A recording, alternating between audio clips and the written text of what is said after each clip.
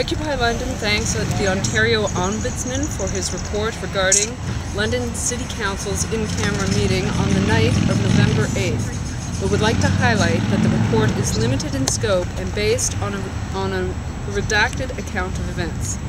The Ombudsman's report finds only that the Council's use of an in-camera session was appropriate. The report renders no opinion on whether the eviction of the Occupy London encampment was handled in a fair way, nor whether municipal bylaws supersede the Canadian Charter of Rights in this matter. As such, Occupy London does not believe that the Corporation of the City of London has been vindicated in their actions on the night of the eviction and in the subsequent handling of confiscated property. On the night of the eviction, a number of items were confiscated by the Corporation of the City of London. Weeks later, Occupy London members were advised of a process to retrieve items in possession of the city. This process involved the specific identification of items and the signature of a waiver declaration effectively incriminating the claimant and absolving the city of responsibility for lost and damaged items. In addition, Occupy London's recorded inventory of items was one of the items confiscated. Occupy London has requested that all items be released to the care of Occupy London's Finance Committee, which the city has declined. Further requests for items after this point have gone largely unanswered, and the status of seized property is unknown at this time. What was your name?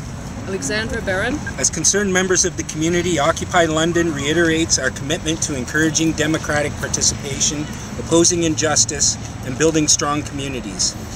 In the coming weeks, we will continue to highlight and educate the public about important issues and work to assist others in improving their communities. By partnering with people in neighborhoods of London, we will seek to cultivate working relationships and cohesive local communities. Through our Network Assembly working group, we aim to encourage citizen engagement and democratic participation at the grassroots level. In spreading democratic self-governance in our city, Occupy London hopes to build a positive future through shared effort. Occupy London invites you, the people of London, to take part in what comes next. As spring unfolds, democracy will rise. On May 1st, 2012, a global general strike will show what a world without the 99% might look like.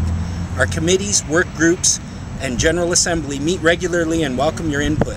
Find your voice, share your talent. Together we can make a difference. I'd like to add one more thing to this statement.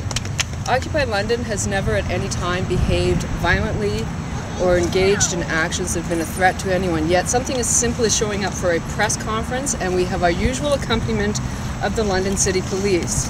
We have students who riot and destroy vans. We have people dealing drugs just up the road. We have people probably in this park at this moment smoking drugs. However, us just coming to talk to you, the press, and we have an accompaniment of police officers, which really highlights how important what we're saying is. There'd be no point in setting the police on us if what we were saying was just hot air. Thank you. Hey guys, what are you planning for this spring? Are you going to reoccupy the park? There's no current plans to reoccupy the park, although that's always a possibility. The main focus, as was outlined, is to reach out to the community.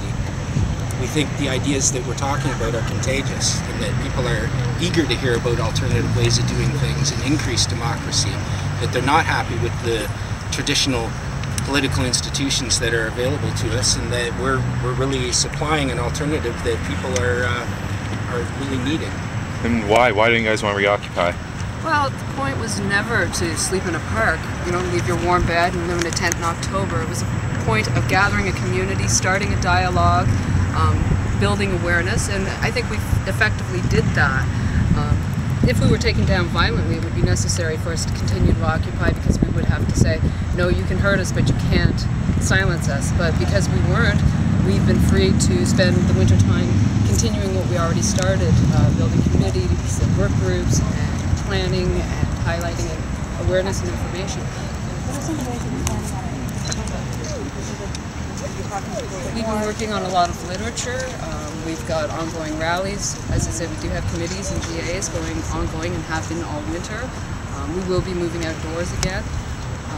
We'll probably have a few rallies. And We also have a series of public events regularly, sometimes at the East Village Arts Co-op, down at 757 Dundas East, sometimes at the public library. Now that the weather's so nice, I mean, the whole schedule has been really moved forward. We weren't expecting it to be like this right now. Pretty sure we were in snow last year at this time still. So we'll probably come out and engage the public downtown and in the park, you know, talk to people like we were when we were in here. It was one of the best moves we had, and I could see a lot of that happening again. But really, we want to educate ourselves, we want to educate the public, we want to engage with people. We think that's the biggest point about participatory democracy, is people engaging in their own interests. So you're talking about the event on May 1st. Are you guys all planning on striking at that point, or can you tell me a little bit about that? Yeah, well, there's been, I mean, May Day is a traditional militant Labor Day to begin with. It just largely gets ignored in North America. Yeah. And so this year there's a real push to revive it, and there's a call out for a general strike.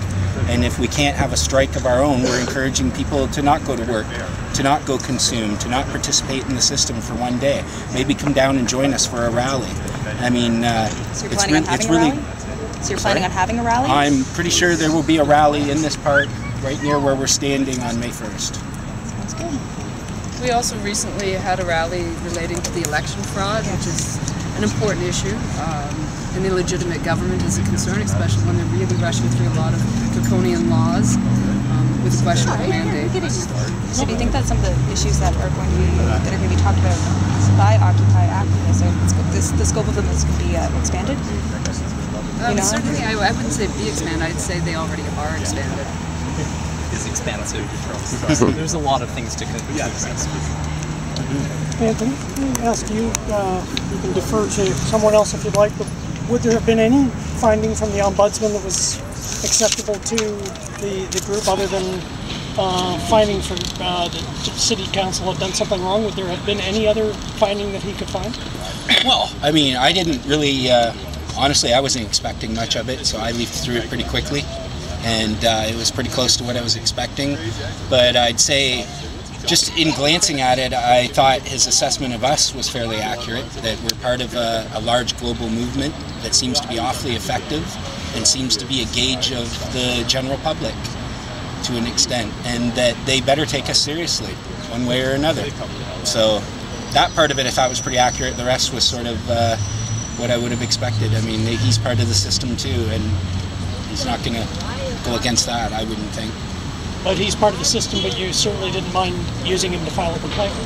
I didn't file a complaint, but yeah, someone in the public We're still did. tax-paying citizens of this country. Right, We do have a right to access the services we pay for.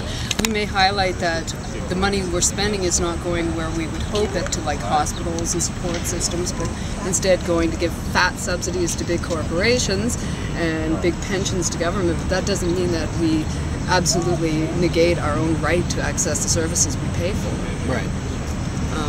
I'd like to also highlight that Occupy London is the only Occupy in all of Canada that was taken down without court injunction, and just because the Ombudsman, without full information, didn't find anything wrong with them meeting in private does not mean that they were right in what they did. And it doesn't necessarily mean it's over either. And at the time we tried to tell people we considered the charter as over municipal bylaws, and I'd say that's still largely our stance. That their claim really wasn't right. Happy with it. It just says that they abided by their letter of the law.